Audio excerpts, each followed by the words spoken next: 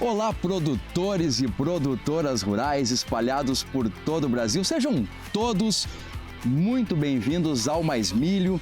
Hoje gravando em Toledo, no Paraná, essa importante região produtora no oeste do estado. E olha, para contar uma história incrível para vocês, a história do Clube do Milho de Toledo, que começou há 30 anos, vai fazer 31 anos em 2025. E quem está aqui para contar essa história para a gente é um dos fundadores do clube, o Roberto Scholz. Muito obrigado pela participação aqui no Mais Milho de hoje, um Mais Milho bastante especial para contar essa história fantástica. E obrigado pela participação. Ok, eu que agradeço.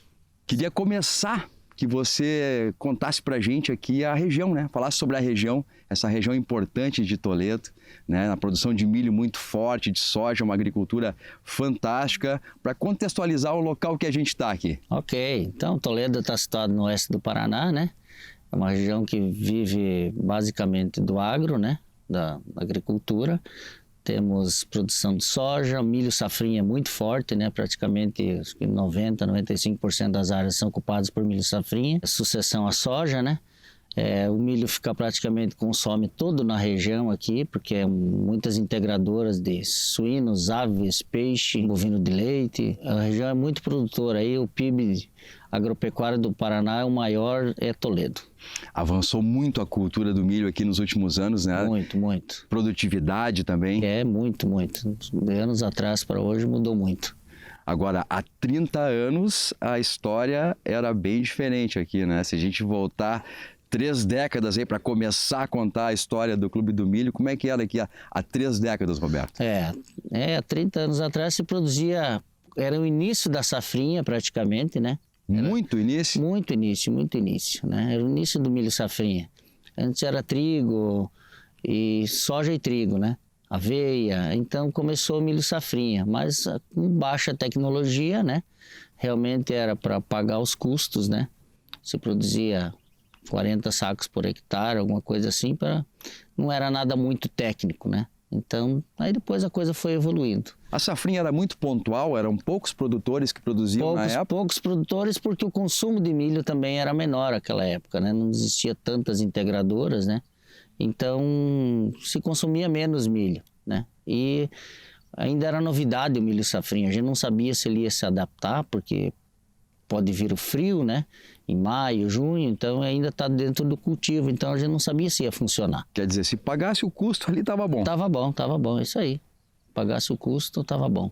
Bom, e aí vocês se reúnem aqui e resolvem criar o Clube do Milho de Toledo. Isso aí. Queria que você explicasse, né, como é que foi isso na época. Vocês já viam em outros estados que tinha a possibilidade de crescer, de ter uma safrinha maior, ou foi por pura curiosidade ali, foi uma coisa intuitiva? Como é que foi a criação do clube? De tudo um pouco do que você citou, sabe? A gente gostava de inovar, né? E o produtor precisava uma renda, precisava se tecnificar um pouco mais, né? A gente via potencial na safrinha, né? Mas não sabia como fazer. Ainda não tinha muita ideia do que plantar, como plantar. E daí surgiu a ideia, através de uma sementeira, né? Ela resolveu, tinha uma verba para montar um grupo de agricultores para difundir essa tecnologia e trazer coisas novas. E foi escolhido alguns produtores pontuais, né? De toda a região, então todo o perímetro de Toledo tem um representante, um associado do Clube do Milho.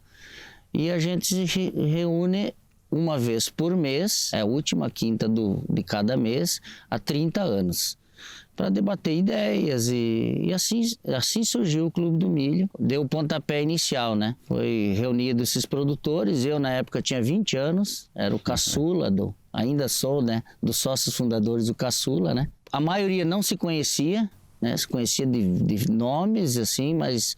E hoje a gente é uma família, né? Porque estamos há 30 anos juntos, uma vez por mês a gente se encontra, né? E como é que foi essa construção lá atrás, né? Essa evolução? No início eram discussões, como é que a coisa passou da teoria para a prática no campo? No início a gente contou com as empresas para trazer palestrantes, né? Que nós precisávamos de informações. Não é que nem é hoje, que as informações estão aí nas redes, aí é só buscar. Naquela época, 30 anos atrás, não tinha.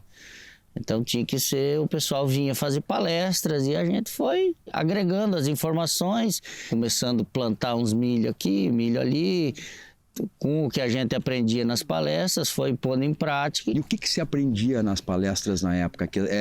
Materiais novos? E tecnologia de tratamento do solo? Isso, o que se aprendia? O primeiro treinamento foi de plantabilidade, eu lembro bem, foi a primeira. A gente achava que a gente sabia plantar, mas quando a gente teve um palestrante, cara, foi um divisor de águas ali, né? A gente achava que sabia.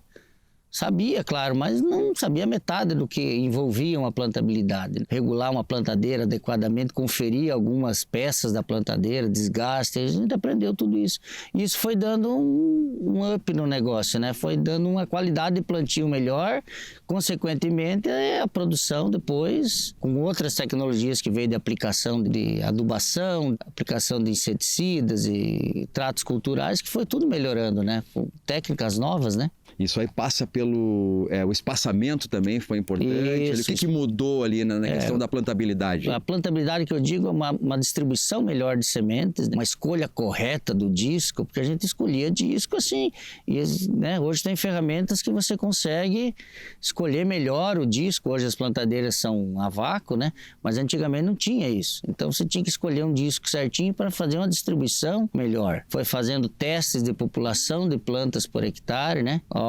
Podemos aumentar um pouquinho aqui que vai dar um resultado melhor. Essas técnicas que veio através de palestrantes para o grupo, e o grupo assimilou tudo isso, e teve a questão de espaçamento reduzido também, que iniciou grande parte dentro do grupo do Clube do Milho, né? Que a gente achou que poderia melhorar o cultivo do milho com espaçamento reduzido. Tinha informações e vamos testar dentro do grupo. E deu resultado. Isso é incrível. Como é que era o espaçamento antes e como é que ficou reduzido depois? Antes começava tinha gente que plantava até de 1 metro, né? Entre fileiras. Depois foi para 90, 80, 70. E daí veio, né, a ideia de reduzir para 45 ou 50.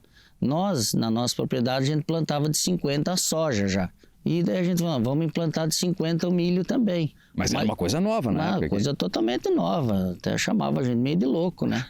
Os shows lá são meio loucos, né? A gente buscava algumas coisas diferentes, né? E deu certo. Hoje está praticamente esparramado para o Brasil inteiro o plantio adensado de 45 ou 50, né? Pois essa era a minha próxima pergunta. Eram 25 produtores aí, ou famílias, né? Que faziam parte do clube. E como é que a ideia foi recebida na cidade, na região? A gente sabe que quando tem uma ideia nova, o pessoal fica meio desconfiado, um pé atrás, chamavam de louco e tal. Isso. Como é que foi na época a reação aqui da... Ele foi difundido primeiramente dentro do Clube do Milho. Então, assim, como cada integrante é de uma comunidade, o pessoal das comunidades foram vendo, fulano está fazendo, vamos lá ver como é que é. E viu que dava certo. Então a coisa foi difundindo assim, né? Perguntava pro vizinho. Isso, como é que tá? Eu plantei de 50 ou de 45, mas tá dando certo? Não, tá dando certo, vamos ver na hora de colher. E o resultado era bom, não era pior do que o outro. Só tinha coisas melhores, né? Você não precisava mais mexer em plantadeira, era o mesmo espaçamento da soja e do milho. E foi difundido pelo, assim, esparramou, vamos dizer, por integrantes do grupo do Clube do Milho mesmo, que tem, cada localidade tem um, e são difusores de tecnologia, né? Em quanto tempo que na prática ali começou a dar resultado o trabalho de vocês? Os primeiros 4 anos a gente já começou a ver resultado, e daí depois só foi melhorando, né? Os primeiros 4 anos a gente fez bastante testes, porque nem todos os híbridos dava certo. E depois a pesquisa em si também foi pesquisando materiais geneticamente para fazer esse tipo de plantio, né? Para o pessoal que está em casa ter uma noção ali, em 4 anos a produtividade ela sai de quanto e vai para quanto? Nós tivemos aí nos primeiros 4 anos já produções saltando de 100 sacos por alqueire, vou falar por alqueire, que é a nossa região aqui, para 300, 400 sacos. Por alqueire em hectares da proporção? De 40 a 150 praticamente. É um salto grande. É um salto. Né? Hoje nós temos aí produções aí de 150 a 170 sacos de safrinha, né? Quando o clima ajuda, né? A gente estava conversando antes da entrevista aqui, antes de gravar, né? Que o pessoal, quando viu essa produtividade aqui na região, não acreditava muito, né, Pi?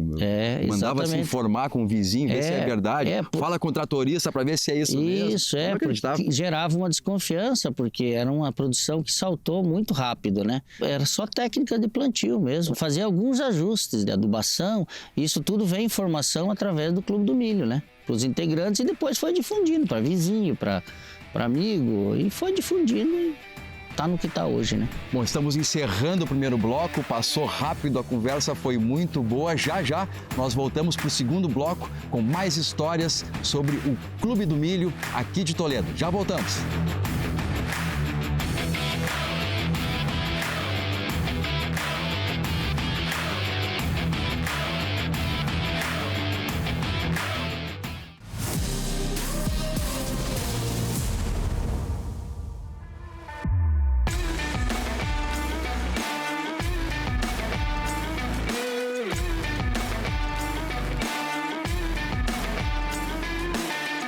Voltamos para esse segundo bloco do Mais Milho, hoje gravando aqui em Toledo, no Paraná, essa importante região produtora, com o Roberto Scholz, um dos fundadores do Clube do Milho, essa história muito bacana. Queria abordar o seguinte assunto com você. Quando a gente tem uma ideia inovadora como vocês tiveram lá atrás há 30 anos, muita gente duvida, tem uma incredulidade em relação, né, à novidade, né, fica desconfiado. Mas tem parcerias muito importantes que dão apoio e tocam um negócio para frente.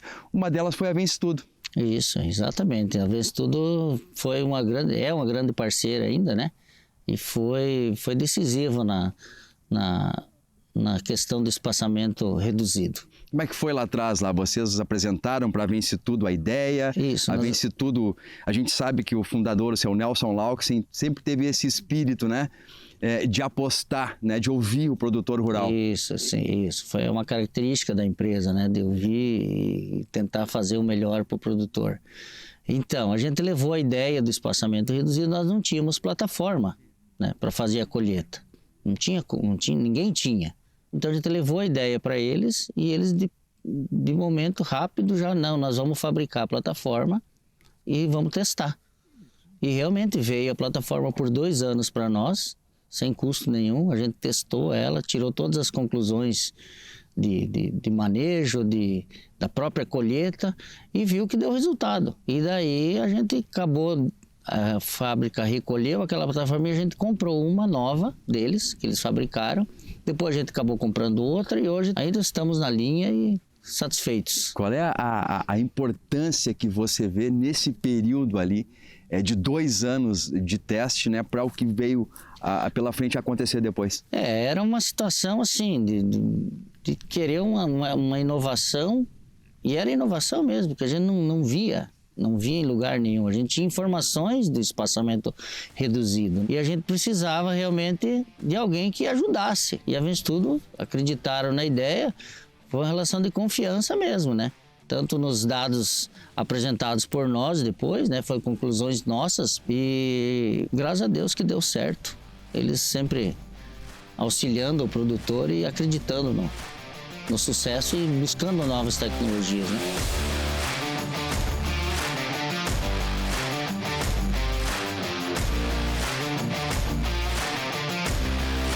O pessoal nos procurou e estavam desenvolvendo tecnologias de milho com espaçamento reduzido e nós tínhamos a plataforma, mas ainda não tínhamos esse espaçamento reduzido, né? Então, durante uma feira em Cascavel, que nós entramos em contato juntamente com o pessoal da diretoria da empresa e acabamos então desenvolvendo uma plataforma com espaçamento reduzido de 50 centímetros. Aí foram feitas várias áreas experimentais, comparativos, e já naquele primeiro ano a gente conseguiu um resultado muito interessante, né? Eu produzia aí de 15% a 20% a mais de milho na mesma área com espaçamento reduzido em relação ao espaçamento de 70 centímetros, né? Isso aí que começou a alavancar essa tecnologia, né?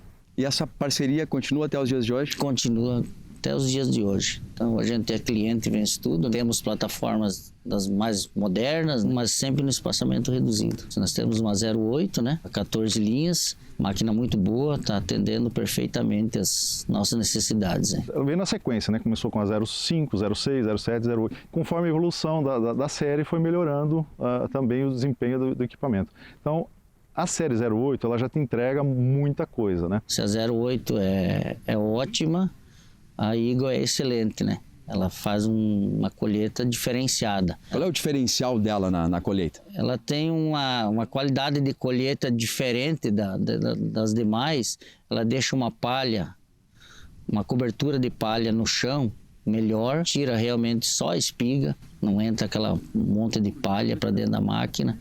É um rendimento de colheita melhor, né? Para a máquina é melhor. As máquinas, as colheitadeiras aumentaram de tamanho e a Eagle, ela realmente você consegue tirar o máximo de proveito do equipamento. Porque ela entra praticamente quase nada de palha para dentro da máquina, somente a espiga. Por que isso? A Vinstudo acabou desenvolvendo em parceria com uma empresa americana o sistema de aletas, speed roll que a gente chama, que são 4 aletas por rolo, e ela consegue então puxar a cana da melhor forma, sobrando só a espiga em cima da máquina. E o interessante é que ajuda na decomposição da palha. Você não perde a palha com o vento e ela acaba decompondo mais rápido porque ela está toda mastigada, né?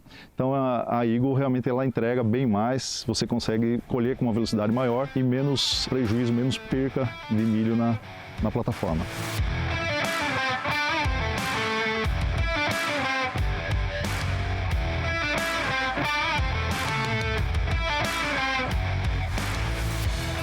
E a questão do clube ali, quando começou a evoluir, né, que vocês viram resultados positivos ali, tem outras questões que vieram junto, né? Profissionalização, a questão da gestão, inovação, como é que isso foi sendo tratado por vocês ali? Como é que se conseguiu lidar com isso? A gente foi, né, dentro das reuniões nossas, colocando essa parte mais de tecnologia, de gestão, né? Fazendo alguns treinamentos de gestão, porque se trata hoje a agricultura como uma empresa, né? Se foi aquele tempo que era só para subsistência, hoje é uma empresa, precisamos dar lucro. A empresa precisa se manter e gerar lucro, porque existem famílias que dependem disso. Entrou a era do computador, que a gente teve que começar a colocar tudo em planilhas. Foi a época do caderninho, né? Hoje o negócio mudou bastante. E o Clube do Milho teve dentro do grupo a gente fez uns treinamentos e profissionalizou. Os filhos dos sócios começaram a participar também, né? Os mais jovens, dando aquele apoio a quem precisava, né? Como é que é o grupo hoje, o Clube do Milho hoje? Continua? Quantos participantes tem? Aumentou bastante o número de associados ali? Não, Vocês se reúnem mensalmente? Como é que está hoje em dia? A gente se reúne mensalmente, o grupo é 25 produtores mesmo, manteve os 25. Então, para entrar alguém, tem uma lista de espera, né? Alguns produtores querem entrar. E tem lista de espera? Tem uma lista de espera, né? Para entrar alguém no grupo, tem que sair alguém, né? Então, alguém que peça para sair, ou mudou de Toledo, alguns... Já teve alguns que foram morar para o norte, para o Mato Grosso, então aí abre uma vaga, né? Nós temos 2 reuniões anuais, que é resultados de plantio de soja, cada um o que fez dentro da propriedade você vai expor no grupo. Coisas que deu certo, coisa que deu errado também. Falando nomes, é um negócio fechado, né? Ali não pode falar nome, não tem problema nenhum, ninguém tem vínculo com nenhuma empresa. Então a gente testa várias situações dentro da propriedade e expõe ali, ó, eu plantei fiz esse manejo, deu certo, ó, para mim esse não deu. É uma troca de experiências, 2 vezes por ano a gente faz essa interna, né? Então a pessoa também tem que se encaixar nisso aí, ser aberta a novas ideias e compartilhar com os outros os sucessos e os fracassos também, né? Vem cá, e é grande essa lista de espera aí? Tem acho que uns 5 produtores na lista aí. Estão aguardando ali. Estão aguardando para entrar. Isso. Bom, a gente está gravando hoje aqui na Fazenda Shows, propriedade de vocês. Tem um milho muito bonito, cenário bacana aqui. Queria que falasse sobre essa safra um pouco, na comparação com o ano passado. Esse ano acho que vai ser um pouco melhor que o ano passado. Vamos ter milho de qualidade para os animais aí, para quem for consumir animais, ração aí vai ter milho bom. Qual é que é a expectativa de produtividade de vocês aqui? Em torno de 120, 130, 140 sacos por hectare. É uma boa produtividade. Ótima. Comparado com o ano passado, Sim, melhor tá bom. ainda. Aham. Bom, se passaram 30 anos aí, né? E com essa parceria também, vocês cresceram bastante, a região toda cresceu, acho que deve muito isso ao Clube do Milho, né? E virou essa potência hoje. Queria que você falasse quanto se cultiva aqui na região e a importância para o estado e para o Brasil. Toledo hoje se produz muito milho, é a segunda safra mais importante. A primeira é a soja. Muito se deve o PIB agropecuário, né? Que se produz muito milho, matéria-prima para alimentar animais e, consequentemente, muitas pessoas vivem disso, né? Do trabalho no campo. E, assim, é uma série de fatores que fez a agricultura em 30 anos aí virar essa potência que é Toledo. A gente está indo para o encerramento já, a gente sempre deixa uma mensagem final, né? Para se dirigir aos produtores do Brasil aí, né? Que estão sempre lidando com esses desafios, questão do clima, do preço. Fique à vontade aí para dar sua mensagem final aí, falar com os colegas produtores aí. Como produtor é não desistir, né? Persistir. Dificuldades sempre vão ter, né? Mas isso, acho que a produção está no sangue do produtor. Ele vai produzir. Ele vai dar um jeito de melhorar, de inovar. Está no sangue de produzir, então está na essência nossa. Então vamos para frente. Nós precisamos trabalhar e produzir alimento. Tá bem, muito obrigado aí. Parabéns pela entrevista, parabéns pela história de vocês, pelo Clube do Milho. Se a gente está vendo toda essa pujança, essa produtividade na região, deve muito isso a esse trabalho que iniciou lá há 30 anos, 31 anos esse ano, né? Isso, 31 anos. Tenho certeza que quem está em casa assistindo gostou bastante dessa história, uma história inspiradora. Parabéns para vocês. Mais Milho de hoje fica por aqui. Voltamos no próximo programa.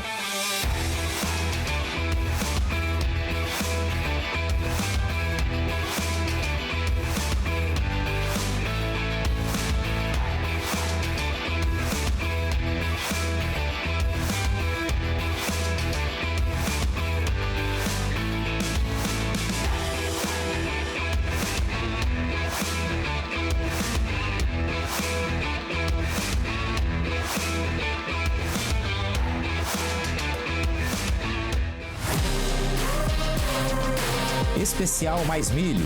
Realização: Canal Rural, Abramilho e AproSoja Mato Grosso. Patrocínio: Bayer e Vence Tudo. Apoio: Calpar Calcário Agrícola, Brevante Sementes e Câmara Setorial de Equipamentos para Armazenagem de Grãos da ABMAC. Armazena Mais Agro.